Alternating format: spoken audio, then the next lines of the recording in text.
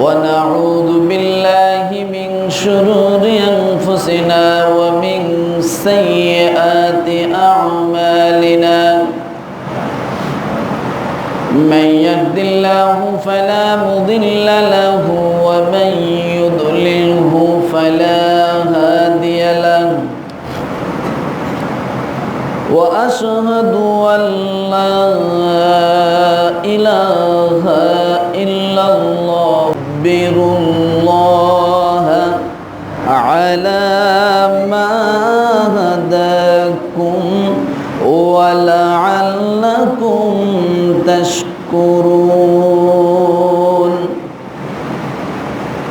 وقال رسول الله صلى الله عليه وسلم إن لكل قوم عيدا وهذا عيدنا অনন্তসীম প্রেমময় তুমি বিচার দিনের স্বামী যত গুণগান হে চিরমহান তোমারই অন্তর্যামী দুলকে বুলকে সবারই চারিয়া তোমারই চরণে পরি লুটাইয়া তোমারই সকাছে যাচি হে শক্তি তোমারই করুণা কামি তুমি অন্তর্যামী লা ইলাহা ইল্লাল্লাহ লা ইলাহা ইল্লাল্লাহ লা ইলাহা ইল্লাল্লাহ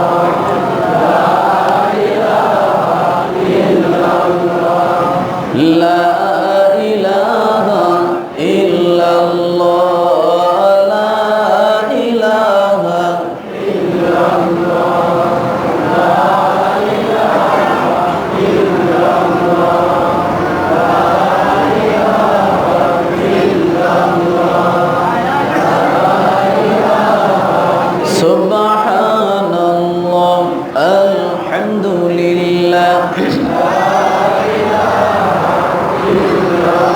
سبحان الله الحمد لله لا إله إلا الله سبحان الله الحمد لله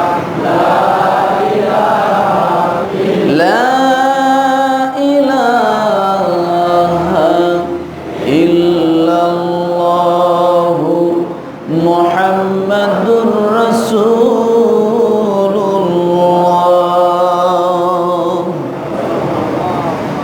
সকলে বলি আল্লাহু আকবার আল্লাহু আকবার লা ইলাহা ইল্লাল্লাহু আল্লাহু আকবার লিল্লাহিল হামদ আল্লাহু আকবার লা ইলাহা ইল্লাল্লাহু আল্লাহু আকবার লিল্লাহিল হামদ আল্লাহু আকবার লা ইলাহা ইল্লাল্লাহু والله أكبر لله الحمد الحمد لله নবী পাকের দরবারে সালাত ও সালাম পেশের লক্ষ্যে সকলে বলি সাল্লাল্লাহু আলাইহি ওয়াসাল্লাম। শুকরিয়া আল্লাহ পাকের দরবারে যে আল্লাহ সুবহানাহু ওয়া তাআলা আমাদেরকে আজকে পুরস্কার দিবসে পুরস্কার নেওয়ার জন্য আল্লাহ তাআলা এখানে উপস্থিত করে দিয়েছেন। শুকরিয়া আদায় করি আলহামদুলিল্লাহ। সাফল্য আর হলো প্রাপ্তি, দুইটা শব্দ। কয়টা শব্দ? সাফল্য আর হলো প্রাপ্তি। কি সাফল্য আর ওই সাফল্য থেকে কি প্রাপ্ত হলাম, কথা হবে দুইটার উপরে। কয়টার উপরে বলেন তো? প্রথমে সাফল্য। কোথা থেকে সফলতা লাভ করেছি, কিসের থেকে সফলতা লাভ করলাম, আর এই সফলতা লাভ করার পরে পেলামটা কি, কথা ঠিক কিনা? এই দুইটার উপরে কথা বলবো সামান্য কিছু সময়। তার আগে ঈদ, এই ঈদ সম্পর্কে একটু জেনে নেই। ঈদটা কি? এই ঈদ কেন? কথা ঠিক কিনা? ঈদ অর্থ সকলেই যেটা সবচেয়ে বেশি পরিচিত হিসেবে আমরা জানি, ঈদ শব্দের অর্থ আনন্দ। এইটা বললে আর কিছু বলা লাগে না, সব কথার ভিতরে ঢুকে গেছে আনন্দ। শুধু কি আনন্দ না, ঈদ শব্দের অর্থ ফিরে আসা। ঈদ শব্দের অর্থ কি? ফিরে আসা। কি ফিরে আসলো? কি ফিরে আসলো? ঈদ শব্দের অর্থ ফিরে আসা। আর কি ফিরে আসলো? যে আল্লাহ পাকের তরফ থেকে বান্দার উপরে যে দাওয়াত করা হয়েছিল, সে দাওয়াত বছর পর আবার সে দাওয়াতের দিন ধার্য করে আল্লাহ তাআলা আবার আমাদের মাঝে দাওয়াতকে ফিরিয়ে দিলেন, আমাদের কাছে পৌঁছিয়ে দিলেন। এই জন্য ঈদ শব্দের অর্থ ফিরে আসা। বুঝতে পারছি? ঈদ শব্দের অর্থ খুশি, ঈদ শব্দের অর্থ প্রাপ্তি, ঈদ শব্দের অর্থ ফায়সালা, ঈদ শব্দের অর্থ বান্দা হিসাব নিকাশ। সব কিছু এর ভিতরে ঢুকে গেছে একটি শব্দ, সেটার নাম ঈদ।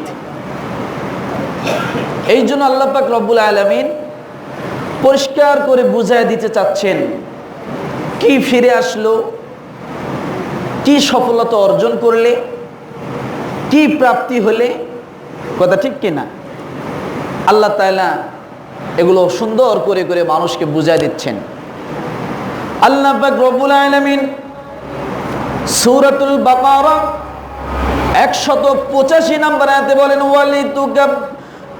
ওয়ালিতুকমিলুল ইদ্দাতা ওয়ালিতুকাব্বিরুল্লাহা আলা মা হাদাকুম ওয়া লাআল্লাকুম তাশকুরুন। ওয়ালিতুকমিলুল ইদ্দাতা, আল্লাহ বলেন এই ঈদের দিনটিকে আমি এমন সময় নির্ধারণ করলাম, এমন সময় নির্ধারণ করলাম। কখন? যখন তোমরা রোজার গণনা, সিয়ামের গণনাকে পূর্ণ করো, তখন আমি এই ঈদটাকে, এই দিনটাকে ধার্য করে দিলাম। যখন সিয়াম পূর্ণ হয়ে গেল, তারপরে আল্লাহ এই ঈদকে নির্ধারণ করলেন। এই দিনটিকে, ঈদের দিনটিকে আল্লাহ নির্ধারণ করলেন। ঈদের দিন কখন নির্ধারণ করলেন? সিয়াম যখন পূর্ণ হয়ে গেল। কথা ঠিক কিনা? আল্লাহ পাক রব্বুল আলামিন বলেন আমি এটাকে নির্ধারণ করে দিয়েছি, তোমরা রোজার গণনা যখন পূর্ণ করো এবং আল্লাহর বরত্ব প্রকাশ করো, যাতে তোমরা শুকর গুজার হতে পারো। ঈদ শব্দের অর্থ শুকর আদায় করা। ঈদ শব্দের অর্থ কি? ওয়ালিতুকমিলুল ইদ্দাতা ওয়ালিতুকাব্বিরুল্লাহা আলা মা হাদাকুম ওয়া লাআল্লাকুম তাশকুরুন। কিসের শুকরিয়া আদায় করব? কথা ঠিক কিনা? আমি যদি ভালো রিজিক পাই, তখন তো আমি শুকরিয়া আদায় করব।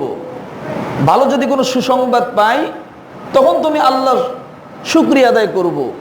আমি যদি ভালো বাসস্থান পাই, তখন তো আমি আল্লাহর শুকরিয়া আদায় করব।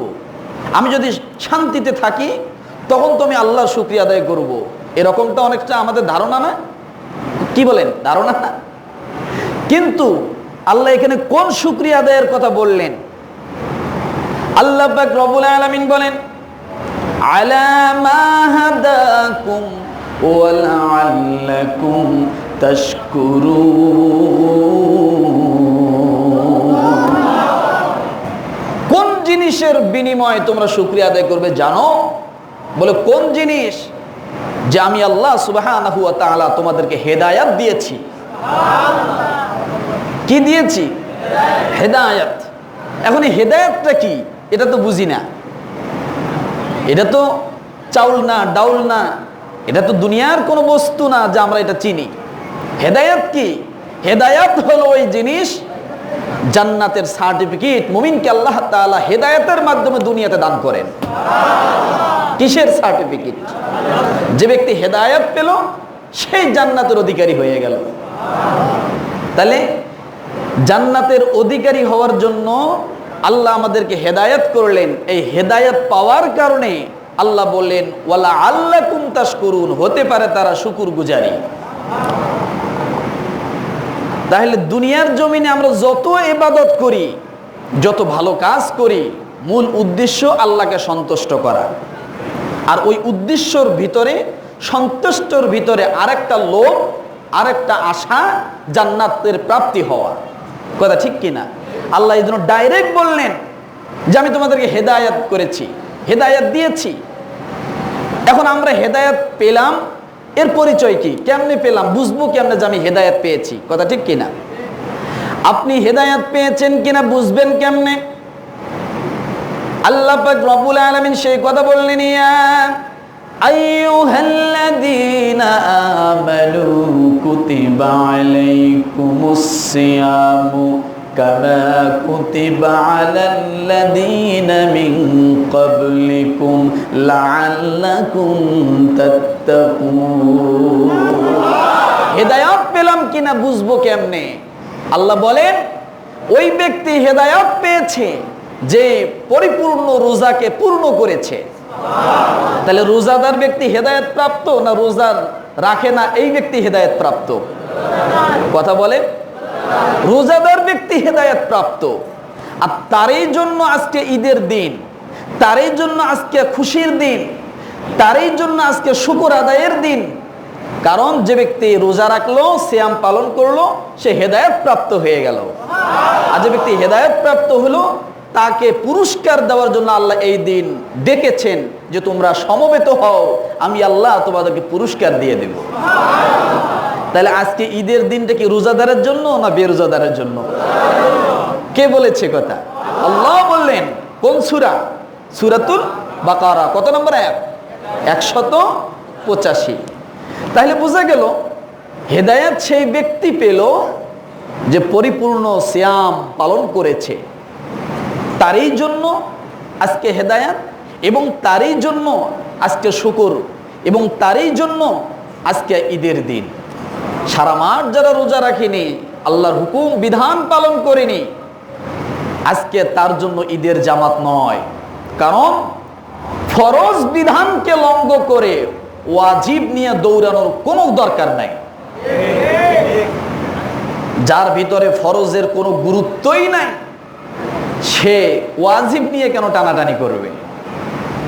এই জন্য আল্লাহ পাক রব্বুল আলামিন তাদের কথা কি বললেন? ও দুনিয়াবাসী, ওই মানুষগুলোকে আমি আল্লাহ সফলতা দান করেছি, ওই মানুষগুলোকে আমি আল্লাহ প্রাপ্তি দিয়েছি। قد أفلح من تزكى وذكر اسم ربه فصلى। ওই ব্যক্তি সফলতা লাভ করেছে। কোন ব্যক্তি সফলতা লাভ করলো? সূরা আলা আয়াত নাম্বার 14 এবং 15। কোন ব্যক্তি সফলতা লাভ করলো? আল্লাহ বলেন কদ আফলাহা, সফল কাম হয়েছে। কারা? মান তাযাক্কা, যারা আত্মশুদ্ধি করেছে, আত্মসংযম করেছে। এই জন্য সিয়ামের এক অর্থ হলো আত্মসংযম। সিয়ামের, রোজার এক অর্থ হলো আত্মশুদ্ধি।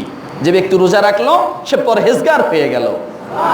আর একমাত্র রোজার মাধ্যমে ব্যক্তি তাকওয়া দ্রুত গতিতে অর্জন করতে পারে। এই জন্য আল্লাহ এই কথা বললেন। আল্লাহ পাক রব্বুল আলামিন এই ঈদের দিনের কথা কি বললেন? কদ আফলাহা মান তাযাক্কা ওয়া যাকারা ইসমা রাব্বিহি ফাসাল্লা।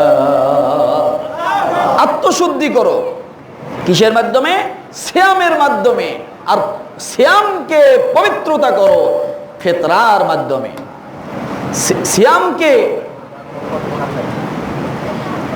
সিয়ামকে পবিত্র করো কিসের মাধ্যমে? কিসের মাধ্যমে? ফিতরার মাধ্যমে। যদি কোনো রোজা রাখতে যায় মিথ্যা হয়ে থাকে, চকলখুরি হয়ে থাকে, মানুষ অভ্যাসে দাস। কথা ঠিক কিনা? মানুষের এটা চলতি অবস্থা।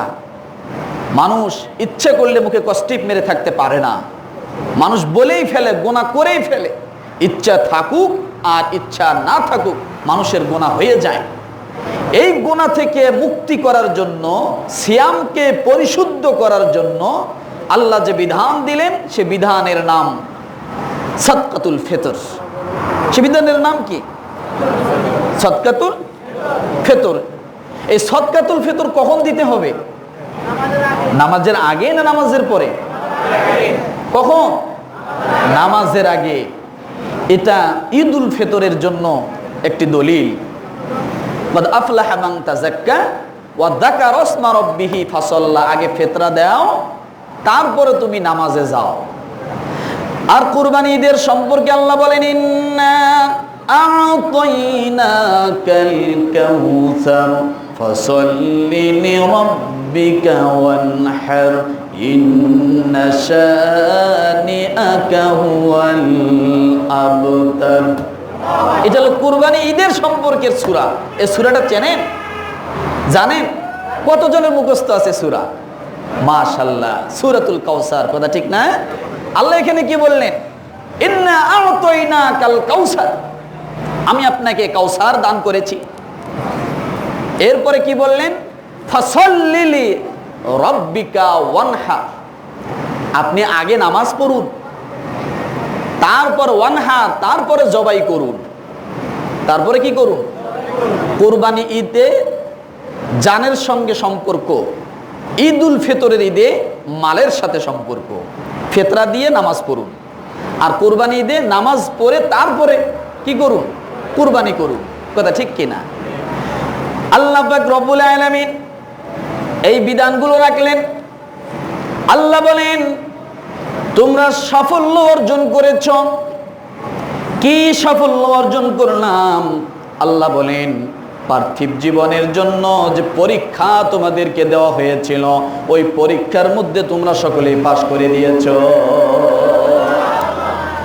কি পরীক্ষা ছিল আমাদের? কি সাফল্য আমরা লাভ করেছি? পরীক্ষাটা কি ছিল? পরীক্ষা ছিল দিনের বেলা রমজানের বাহিরে খাওয়া হালাল, কিন্তু রোজায় তুমি খেতে পারবে না। দিনের বেলা বালেক পুরুষ হয়ে, মুসলমান হয়ে দিনের বেলা খেতে পারবে না। ক্ষুধা লেগেছিল, কষ্ট হয়েছে, তারপরেও খাবার সামনে ভুরি ভুরি ছিল, অনেক খাবার ছিল, তারপরেও খাইনি। এই যে কঠিন পরীক্ষা, হাজার রকমের খাবার থাকলেও খাওয়া যাবে না।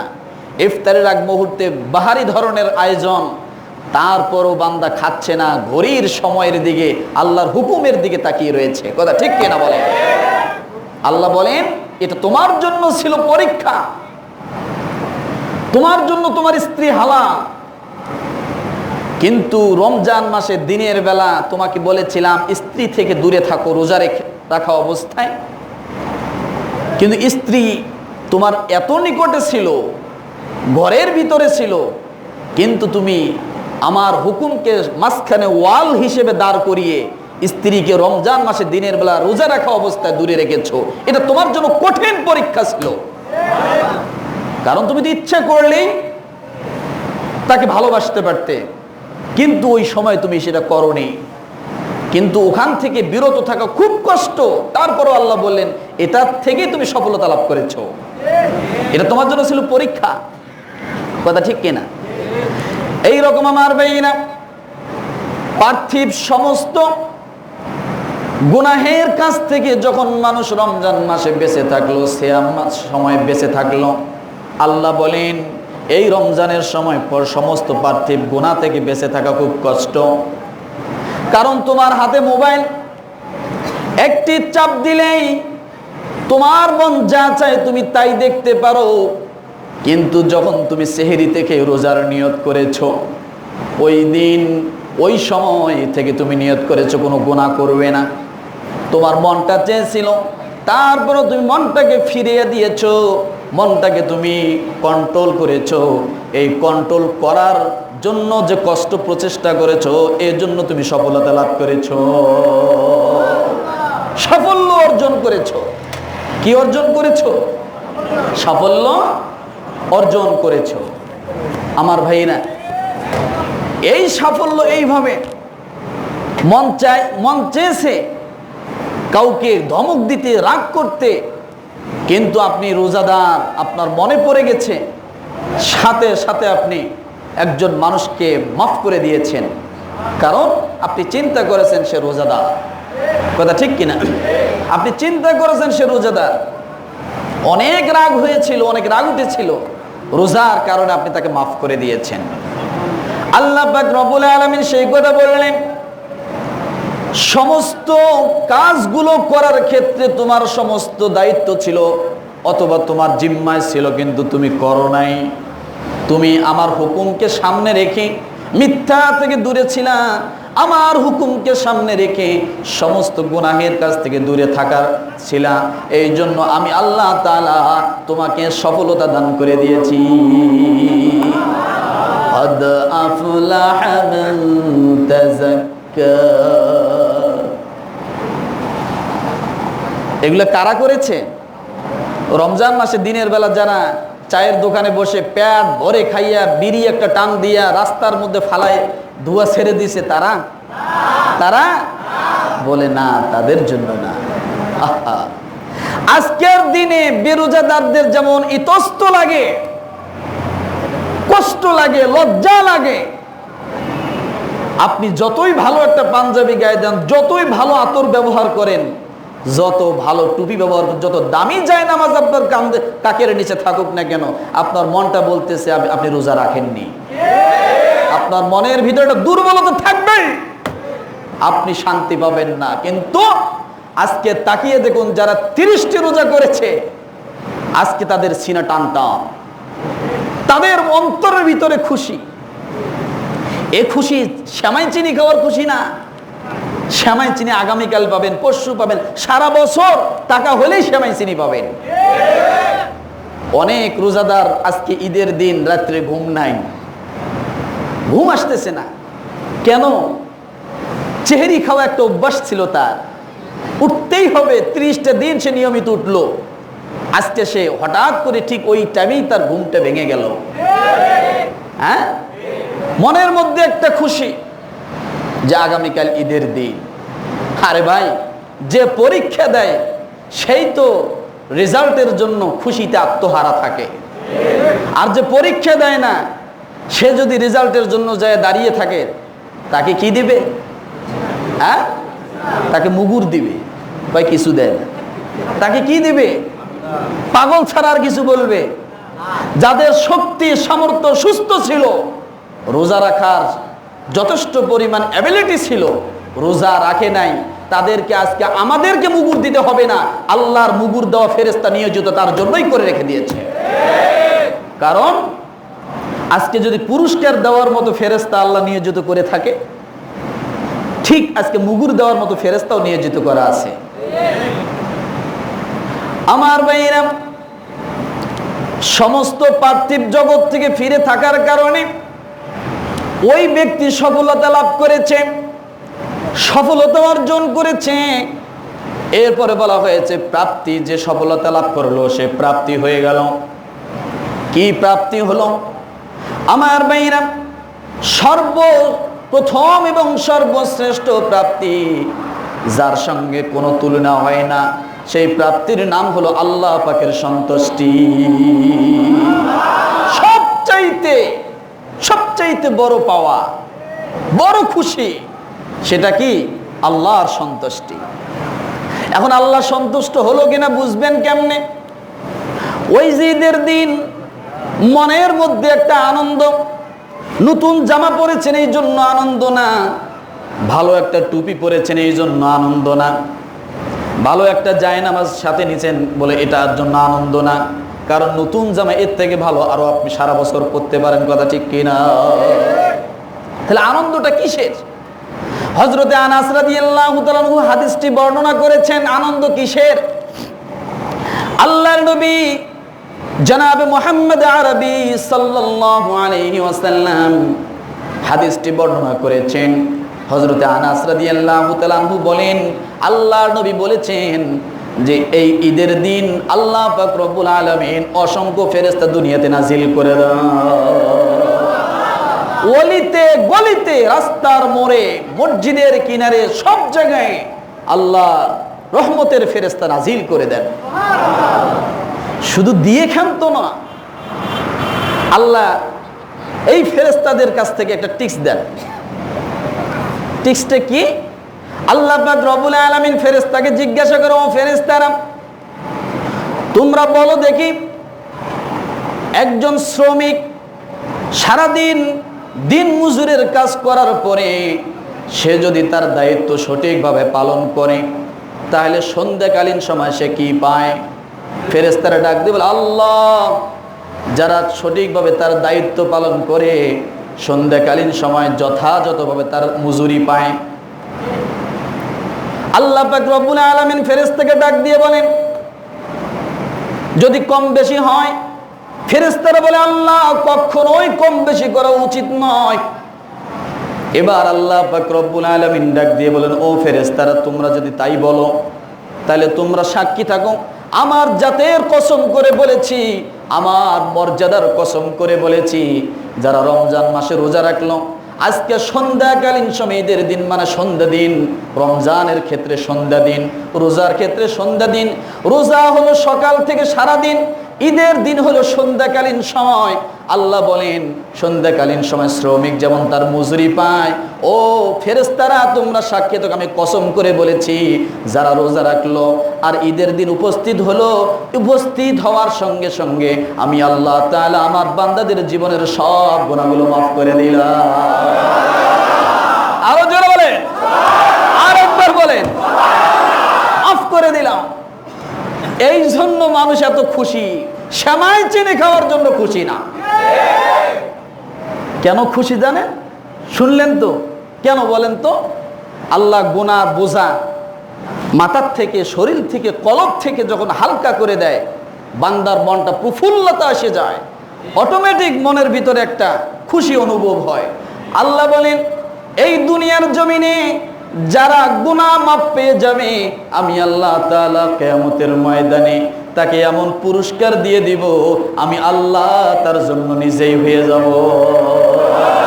as-sawmuli হাদিসে কুদসি, as-sawmuli ওয়া আনা আজজিবি। আল্লাহ বলেন, রোজার বিনিময় কোনো টাকা না, পয়সা না, সওয়াবের ক্রমিক নাম্বার নয়। বলে আল্লাহ কি দিবেন? যে ওয়া আনা আজজিবি, ওই ব্যক্তির জন্য, রোজাদারের জন্য আমি আল্লাহ নিজেই পুরস্কার। এত আসতে ওই দিক কি দেখতেছেন রাস্তায়? হ্যাঁ, এদিক তাকান সব। কি বলছে? আমি নিজেই। আচ্ছা, আল্লাহ যদি নিজেই হয়ে যায় তাহলে আর কারো কিছু দরকার আছে? আর কিছু দরকার আছে?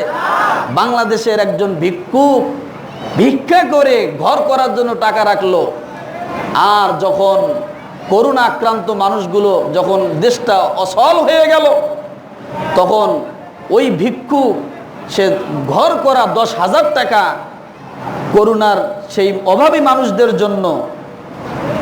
মানুষদের জন্য সে ত্রাণ হিসেবে 10,000 টাকা দিল। সাথে সাথে ঘোষণা কি আসলো? প্রধানমন্ত্রী কি বলেছে? যে তার ঘর আমি করে দেব, তার জায়গা দিয়ে দেব। কথা ঠিক কি না? প্রধানমন্ত্রী একটি কথা মানে কি? তাকে ঘর করে দেওয়া মানে তো তাকে সংসদ ভবন তার বাড়িতে তৈরি করে দেওয়া। কথা ঠিক না?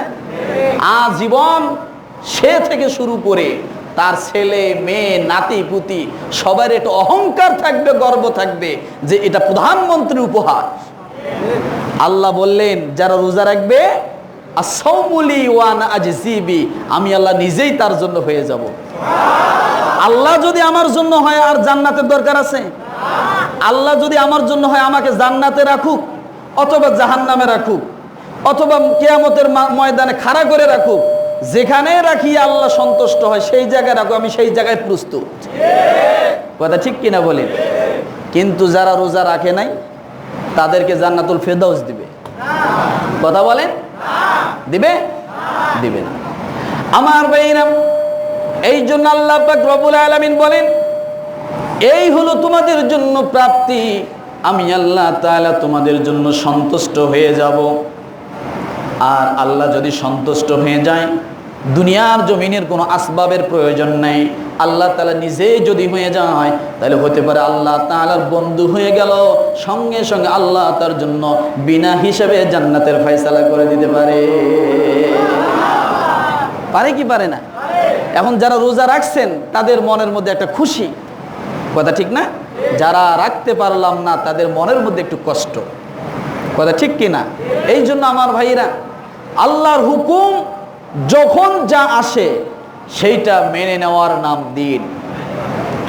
যারা খাইলো তাদেরও দিন চলে গেল, যারা খেলো না রোজা রাখলো তাদেরও দিনগুলো চলে গেল, কথা ঠিক না?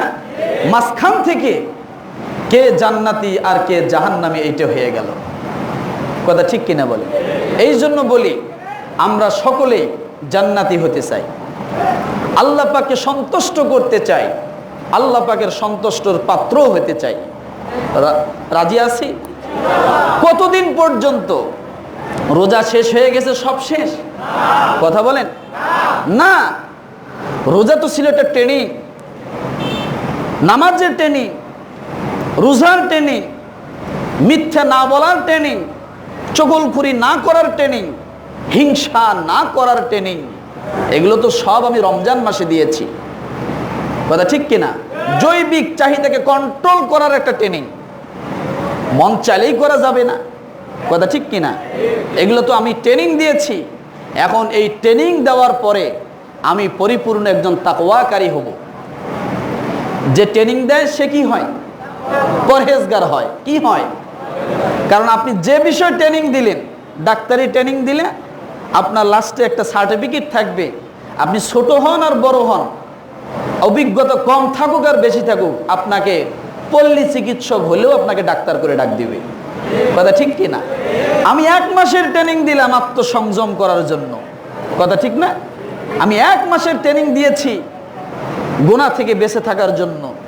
এখন এই ট্রেনিংয়ের দেওয়ার পরে আমি আজকে সে সার্টিফিকেট পাচ্ছি।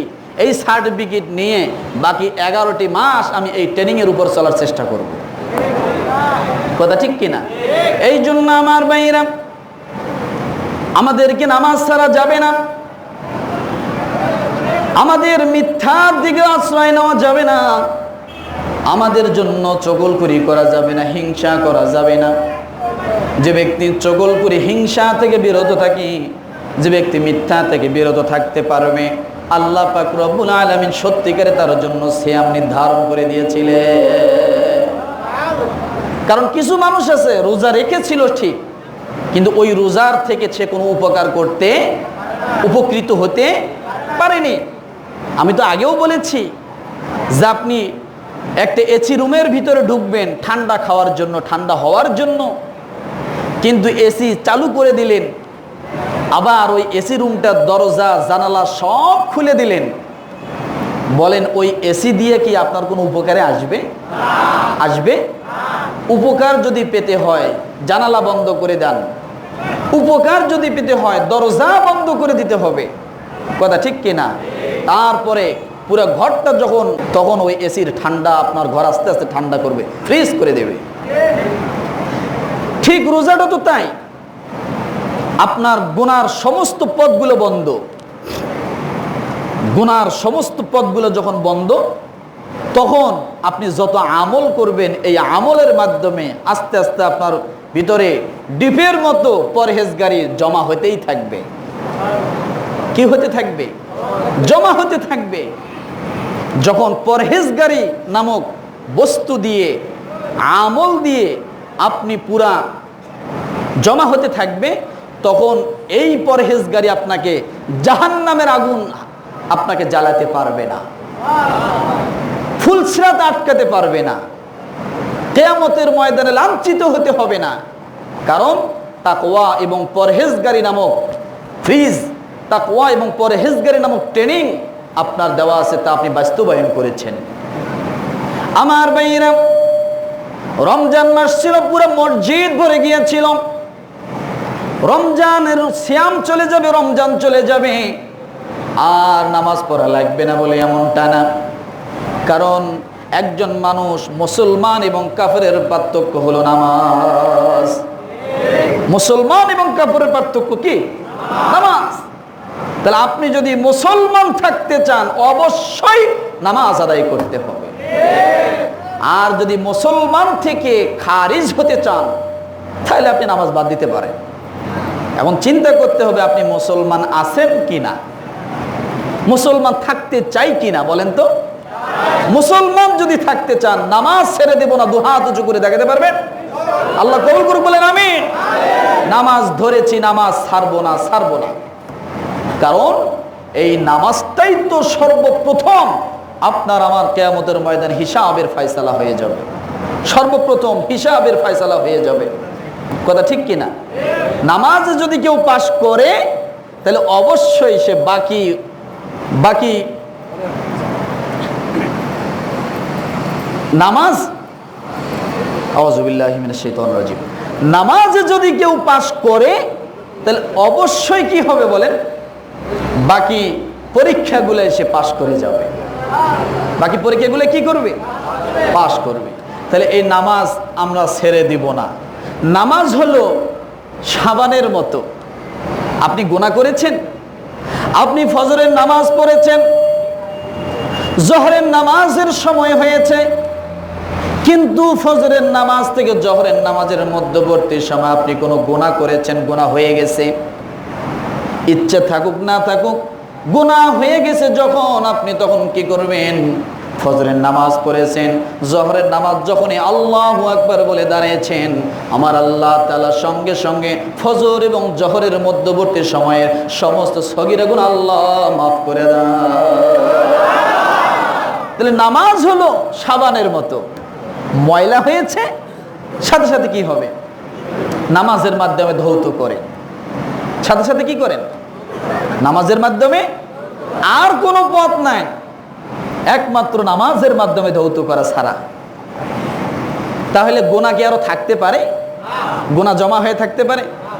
আপনি জোহরের নামাজ পড়েছেন, আসরের নামাজের আগে আপনার যদি কোনো কারণে কোনো গুনাহ হয়ে থাকে, আসরের নামাজ পড়ার সঙ্গে সঙ্গে দুই নামাজের মধ্যবর্তী সময়ে যেগুলো সগীরা গুনাহ হয়েছিল, আমার আল্লাহ তাআলা সঙ্গে সঙ্গে সগীরা গুনাহগুলো মাফ করে দেন। এখন মনে করেন আসরের নামাজ শেষ, মালাকুল মউত এসে আপনার সামনে উপস্থিত, বোঝার জন্য কথাটা বলছি। তাহলে অন্তত সগীরা গুনাহ আপনার আমল নামায় বদামলে নেই। সগীরা গুনাহ যদি না থাকে, আল্লাহ আপনার যদি কোনো কারণে কবিরা গুনাহ হয়ে যায়, সগীরা গুনাহ না থাকার কারণে কোনো না কোনো কারণে আল্লাহ হয়তো দয়া দিয়ে আপনার কবিরা গুনাহগুলোও মাফ করে দিবে। আল্লাহ পাক রব্বুল আলামিন সেই কথা বলেন, ইন তাজতানিবু কাবাইরা মা তুনহাউনা আনহু নুকাফির আনকুম সাইয়্যাতিকুম ওয়া নুদখিলুকুম মুদখালান কারীমা। আল্লাহ বলেন, বান্দা তুমি যদি কবিরা গুনাহ থেকে একটু বেঁচে চলতে পারো, একটু যদি বিরত থাকতে পারো, নুকাফির আনকুম সাইয়্যাতিকুম, আমি আল্লাহ তাআলা সমস্ত সগীরা গুনাহগুলো অটোমেটিক মাফ করে দেব। দিয়ে কি করবেন? রোদ্রে খাড়া করে রাখবেন? হ্যাঁ, আল্লাহ বলেন ওয়া নুদখিলুকুম মুদখালান কারীমা, সগীরা গুনাহ মাফ। আমি আল্লাহ কি করব জানো? বলে কি? আমি আল্লাহ তোমাকে সম্মানিত সবচাইতে উঁচু স্থানে তোমাকে ঢুকাইয়া দেব। ওয়া নুদখিলকুম, ঢুকাইয়া দেওয়া, প্রবেশ করানো, মুদখালান কারীমা, সম্মানিত স্থানে তোমাকে আমি ঢুকাইয়া দেব। সম্মানিত স্থান কি জাহান্নাম? কথা বলেন, ফুলসিরাত? বলে ন, সম্মানিত স্থান হলো জান্নাত। আল্লাহ পাক রব্বুল আলামিন সেই কথা বললেন, উলাইকা হুমুল ওয়ারিসুন আল্লাযীনা ইয়ারিসুনাল ফিরদাউসা হুম ফিহা খালিদুন। কোন জান্নাতে দিব তুমি জানো? তোমার উত্তরাধিকারী, তোমার প্রাপ্য, তোমার পৈতৃক সম্পদ, জান্নাতের মালিক তুমি। পৈতৃক সম্পদ সূত্রে তুমি জান্নাতের মালিক। কেমনে? আমি তো জায়গা কিনে থুই নাই, কিনে রাখিনি। বলে আমাদের আদি পিতা, আমাদের বাবা আদম আলাইহিস সালাতু ওয়াস সালাম, আল্লাহ তাআলা তাকে পুরো জান্নাতের মালিক বানায় দিয়েছিলেন। কিসের মালিক বানায় দিয়েছেন? জান্নাতের মালিক। আমার মায়ের বাড়ি জান্নাত। আদম আলাইহিস সালামকে আল্লাহ জান্নাতের বাহিরে সৃষ্টি করলেন, করে আল্লাহ বললেন যে এই জান্নাতের মালিক আমি তোমাকে বানায় দিলাম। এখন ওই জায়গায় ঢোকার পরে আল্লাহ তাআলা সেই জান্নাতের ভিতরে মা হাওয়াকে সৃষ্টি করলেন, তৈরি করলেন। তাহলে আমরা পৈতৃক সম্পদ সূত্রে মালিক, জান্নাতের মালিক। কথা ঠিক কিনা বলে? কিন্তু আমাদের আমলের কারণে, বদ আমলের কারণে হয়তো কেউ পাবো, কেউ পাবো না, কেউ পাবো। এখন এই জান্নাতের আশা আছে না? আছে না? জান্নাত যদি যেতে চান মিথ্যার সাথে থাকতে হবে, সকল করে ঠিক মতো করতে হবে। একজন 5 তলা বিল্ডিং করছে, আপনার সহ্য হচ্ছে না, চোখ শুলাচ্ছে, 5 তলা বিল্ডিং করলো। এখন মাইক্রোস্কোপ যন্ত্র দিয়ে আপনি তার দোষ খোঁজা শুরু করে দিলেন, কিভাবে ঘায়েল করা যায়। কোনোভাবে একটু ফাঁক ফোকর পাইলে ডিবিকে ধরায় দিবেন, পুলিশকে ধরায় দিবেন, মামলা করে দিবেন, তোরে দ্বারা তোর 5 তলা করাইতেছি। এরকম আছে না? হ্যাঁ, কারা করে? মুসলমানরা করতেছে। কারা করতেছে? এক মুসলমান আর এক মুসলমানের উন্নতি সহ্য হচ্ছে না। পাশের বাড়ির ছেলেটা গরিব ছিল, লজিং থেকে লেখাপড়া করেছে, গরিব মানুষ, ভালো লেখাপড়া করে ভালো একটা চাকরি পেয়েছে। ছেলেটা ভালো বাড়িঘর করতেছে, ভালো একটা চাকরি করতেছে, ভালো খাচ্ছে। পাশের বাড়ির বড় লোকটার সহ্য হচ্ছে না। কেন? ও সারা জীবন গরিব থাক, এইটাই পাশের বাড়ির লোকটা চাচ্ছে। আছে না এরকম? এইরকম যাররা পরিমাণ যার হিংসা থাকবে, আল্লাহর নবী জনাবে মুহাম্মদুর রাসূলুল্লাহ সাল্লাল্লাহু আলাইহি ওয়াসাল্লাম বলেন, তুমি যদি ওই কাবা ঘরকে একবারে মাথায় নিয়ে বেড়াও। কাবা ঘর মাথায় নিয়ে বেড়ায় না? আছে? নাই? ইদানিং কিছু শয়তানি বেড়াইছে। শয়তানি কি জানেন? টুপির মধ্যে কাবা ঘর নাই? যে বলেন, প্রথম যে বলেন নাই, টুপির ভিতরে কাবা ঘরের ছবি। হ্যাঁ, কেউ পিছনে দিচ্ছে, কেউ সামনে দিতেছে, কেউ ডাইনে দিতেছে, বামে দিতেছে। ন, এই কাবা ঘরের ছবিকৃত কোনো টুপি আপনারা কিনবেন না। এটা কাবার ঘরকে সম্মান নয়, এটা কাবা ঘরকে উল্টো কিটিকেল দিয়ে বেইজ্জতি করা হচ্ছে। কাবার স্থান কাবায়, কাবার স্থান কাবায়, কাবার স্থান আমার মাথায় না, কাবার স্থান জায়নামাজে না। মনে করি যেটা কোনো ফজিলত আছে? বলেন তো কি ফজিলত আছে? একটা সওয়াব দেখান আমাকে যে কাবা ঘরের টুপি মাথায় দিলে 20টা সওয়াব পাবো, 100 সওয়াব পাবো, 10টা সওয়াব পাবো। বরঞ্চ ওই টুপিটা নিয়ে, ওই কাবার সিনারি নিয়ে আপনি বাথরুমে ঢুকতেছেন, আপনি পেশাবখানায় যাচ্ছেন, যেমন তেমন ব্যবহার করতেছেন।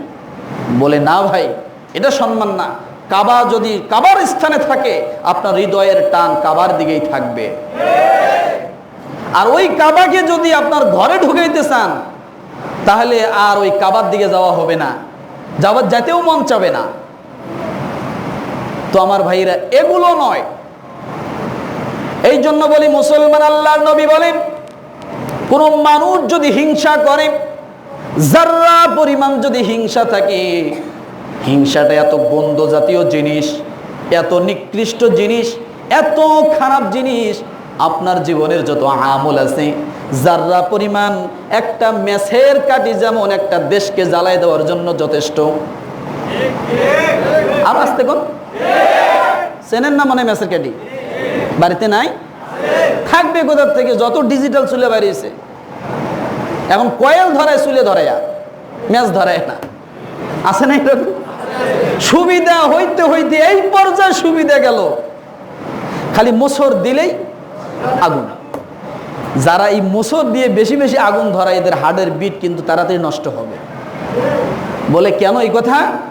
বলে ধাপ করে যখন আগুন ধরে দেখবেন ভিতরে ছাপ করে ওঠে।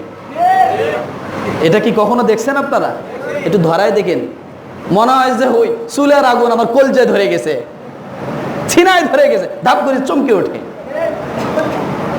তো আমার ভাইরা, ছোট্ট একটা মেসের কাঠির বারুদ যদি একটা দেশকে জ্বালাই দিতে পারে, একটা উপমহাদেশকে যদি তছনছ করে দিতে পারে, তাহলে ওই পরিমাণ একটু হিংসা আপনার 70 বছরের আমলকে ধ্বংস করে দিতেও পারে।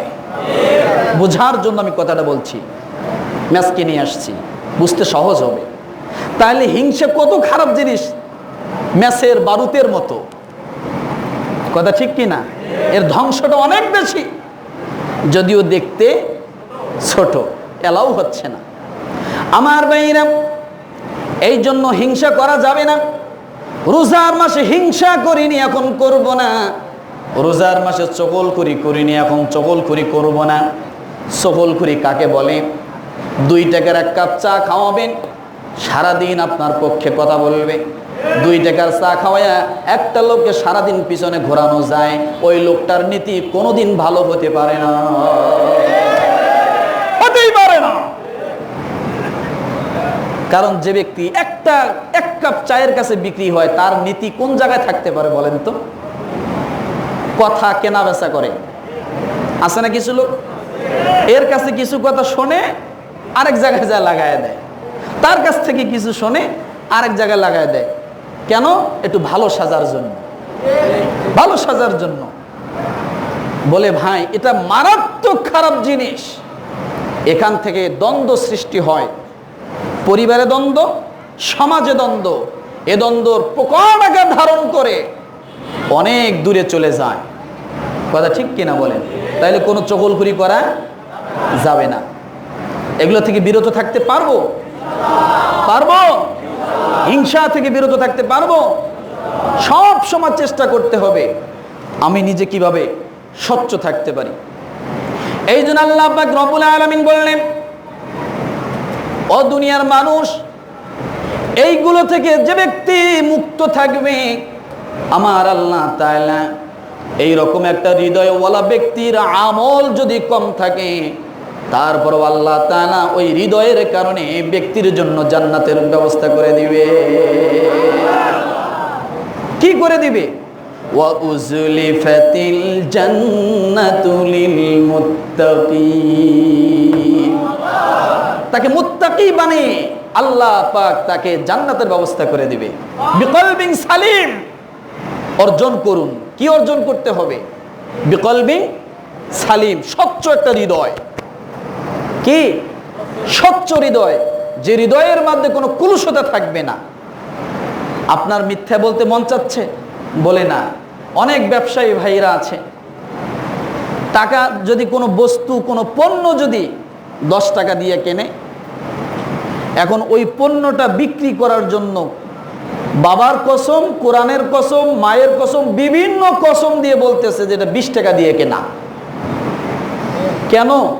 আপনি 1 টাকা দিয়ে কিনতে পারেন, আপনি একটা দাম ধার্য করে দেন যে আমি 10 টাকা বেচবো, পোষালে নাও, না পোষালে নেই। কসম করার কি প্রয়োজন যে আমি 20 টাকা দিয়ে কিনছি, না হলে আমার লস হবে, এই হবে, সেই হবে। আপনি কি জানেন ওই একটা কসম আপনাকে কোথায় নিয়ে যাবে? ওরকম মিথ্যা বলে ব্যবসা করার কি দরকার আছে? কারণ আপনি বায়আ করতেছেন, আপনি ব্যবসা করতেছেন, আপনি 1 টাকা দিয়ে আনতে পারেন, ওর সাথে আরো কিছু খরচ আছে, যোগ দিয়ে আপনি সেই জিনিসটা 5 টাকা বিক্রি করতেই পারেন, করবেন। কিন্তু এখানে কসম করে 10 টাকা দিয়ে কিনছি, এটা বলার কোনো প্রয়োজন নাই। আল্লাহ পাক রব্বুল আলামিন সেই কথা বললেন, ও দুনিয়ার মানুষ, এই মানুষগুলোর হৃদয় যদি স্বচ্ছ হয়ে যায়, ওই হৃদয়ের মধ্যে যদি কোনো কুলুষতা না থাকে, ওই হৃদয়ের মাঝে যদি কোনো অহংকার না থাকে, গর্ব না থাকে, ওই হৃদয়ের মাঝে যদি কোনো হিংসা না থাকে, ওই হৃদয়টা আমার আল্লাহ তাআলা জান্নাতুল ফিরদাউসের জন্য নির্ধারিত করে দেয়। ওয়া উজলিফাতিল জান্নাতু লিল মুত্তাকিন। তাহলে আপনার স্বচ্ছ একটা কলব পারে আপনাকে কিয়ামতের ময়দানে আযাব থেকে বাঁচানোর জন্য। কথা ঠিক কিনা? আল্লাহ যে কথাটা বলেছেন, ইয়াউমা লা ইয়ানফাউ মালুন ওয়ালা বানুন, কিয়ামতের ময়দানে তোমাকে ছেলে মাফ করে দিতে পারবে না। ওই ছেলে দ্বারা তোমার কোনো উপকার আসবে না, যে ছেলের উপর তুমি বাবা দুনিয়াতে নির্ভরশীল। আমার 4টে ছেলে, 4টে ডিস্ট্রিক্টের জজ, আমার খায় কে? মোসে খালি তেল মারে, বাজারে গেলে বড় মাছটা তার জন্য, লঙ্গি কোমরে নাই, লঙ্গি একবারে নামতে নামতে বর্ডার পর্যন্ত চলে গেল, টাকনুর নিচে লঙ্গি, বাজার ঝাড়ু দিচ্ছে। বাজারে গেলে মাছ বাজার বলেন যেখানেই যাক, স্যার, চাচা, কাকা, এইটা আপনার জন্য। কেন? তার 4টে ছেলে, 4টে ডিস্ট্রিক্টের জজ। আল্লাহ বলে ওই জজের কোনো টাইম থাকবে না কিয়ামতের ময়দানে। ইয়াউমা লা ইয়ানফাউ মালুন ওয়ালা বানুন। বানুন শব্দের অর্থ সন্তান। বানুন শব্দের অর্থ কি? খালি সন্তান না, ছেলে সন্তান। আল্লাহর ভাষা কত সুন্দর। তাহলে আপনাকে কিয়ামতের ময়দানে 4টে ডিস্ট্রিক্টের জজ উপকার করতে পারবে? হ্যাঁ, উপকার করতে পারবে না। কে উপকার করতে পারবে? ইল্লা মান আতাল্লাহ বিকলবিন সালিম। কিচ্ছু লাগবে না, কোনো পীর লাগবে না, তোমার কোনো বাবার দরবারে যাওয়া লাগবে না, কোনো মাজারে যেয়ে মাথা ঠোকর দিতে হবে না। শুধু তুমি একটা কলবটাকে, হৃদয়টাকে স্বচ্ছ বানাও, ওইটাই তোমাকে উজলিফাতিল জান্নাতুল লিল মুত্তাকিনের বাসিন্দা বানায় দিবে। কোনো বাবার দরবারে যায় পায়ের মধ্যে চুমু খাওয়া লাগবে না। আপনারা মসজিদে ভালো ভালো জায়গায় যেতে আপনারা অভ্যস্ত না, মাজারে যায় নামাজ পড়ে, মাজারে যায় দান করে, মাজারে পুতুল বানানো, সেই পুতুলের মধ্যে দুধ দিয়ে গোসল করায়। ধারণা, আকীদা কত খারাপ। বিপদে পড়েছে মাজারে মান্নত। আপনি ভালো করে জানেন ওই মাজারটা ডাক হয়েছে 5 বছরের জন্য, 3 বছরের জন্য। আপনি যা দিচ্ছেন তা যারা ডাকে নিয়েছে তারা খাচ্ছে। আর প্রায় মাজারগুলোতে, অধিকাংশ মাজারগুলোতে গাঁজার আসর। গাঁজাখোর পুলিশরা খুঁজে পায় না, আর ওই জায়গায় আসর বসায়। একটা মাজার স্বচ্ছ থাকবে, একটা মাজারের গাঁজার আড্ডা বন্ধ হবে, সমস্ত মাজার ঠিক হয়ে যাবে। আমার ভাইরা, আমরা কি এগুলো করব? কথা বলেন। আমরা এগুলো করব না, এদিকে আমরা যাব না। আপনার যে কোনো সমস্যা আপনি আল্লাহর দরবারে এসে দাঁড়িয়ে যান। পীরের দরবারে না, মাজারে না। কার কাছে দাঁড়াবেন? আল্লাহর দরবারে। আল্লাহ পাক রব্বুল আলামিন বলেন, ওয়া উমুর আহলাকা বিস-সালাতি ওয়াসতাবির আলাইহা লা নাসআলুকা রিজকা নাহনু নারযুকুকা ওয়াল আকিবাতু লিত-তাকওয়া। জোরে বলেন। আল্লাহ পাক রব্বুল আলামিন তার হাবিবকে বলতেছেন, নবী আপনি নিজে নামাজের প্রতি যত্নবান হন। কাকে বলছে কথা? নবীকে বলছেন।